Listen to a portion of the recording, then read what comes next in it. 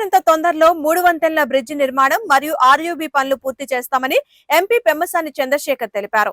గుంటూరులో పర్యటిస్తున్న ఎంపీ నిర్మాణం జరుగుతున్న ప్రాంతాన్ని పరిశీలించి అక్కడ జరుగుతున్న పనుల పురోగతిపై రైల్వే, మున్సిపల్ అధికారులను అడిగి తెలుసుకున్నారు. అనంతరం మీడియాతో మాట్లాడుతూ ట్రాఫిక్ ని దృష్టిలో పెట్టుకుని బస్సుల్ని ఎలా నడపాలో బస్సు యజమానులతో సమావేశంలో చర్చించామని చెప్పారు.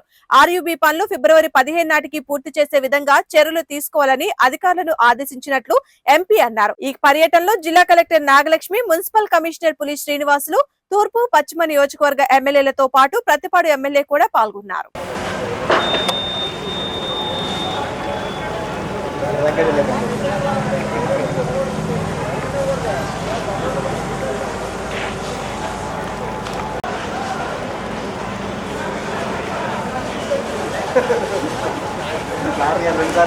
డిఫైన్ చేసాం. సిటీ బాగా ఎక్స్పాండ్ అయిపోయింది. సో మేమందరం కలిపి నిర్ణయించింది సిటీ లిమిట్స్ని ప్రాపర్గా ఇప్పుడున్న దానికి తగ్గట్టుగా రీడిఫైన్ చేయటం చేసి ఎగ్జిస్టింగ్ రూట్స్ని ఎక్కడ వరకు ఎక్స్టెండ్ చేయటం. ప్రైవేట్ బస్సెస్ ఒకటి నంబర్ 1. రెండోది కొత్త రోడ్స్ చాలా వచ్చినాయి, కొత్త రూట్స్ వచ్చినాయి. వీటన్నిటిలో కూడా బస్సెస్ని అలౌ చేయటం అనేది రెండోది.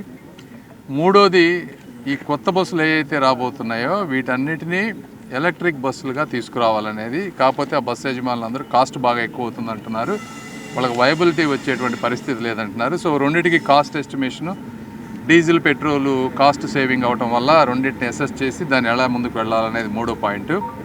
నాలుగోది ఈ బస్సులన్నీ కూడా సిటీలో ట్రాఫిక్ని బ్లాక్ చేయకుండా డిఫైన్డ్ లొకేషన్స్ని ఐడెంటిఫై చేయటం.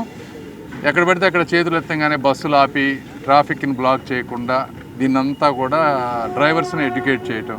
ఈ 4 ఇష్యూస్ మీద అందరం కూర్చొని మాట్లాడాం.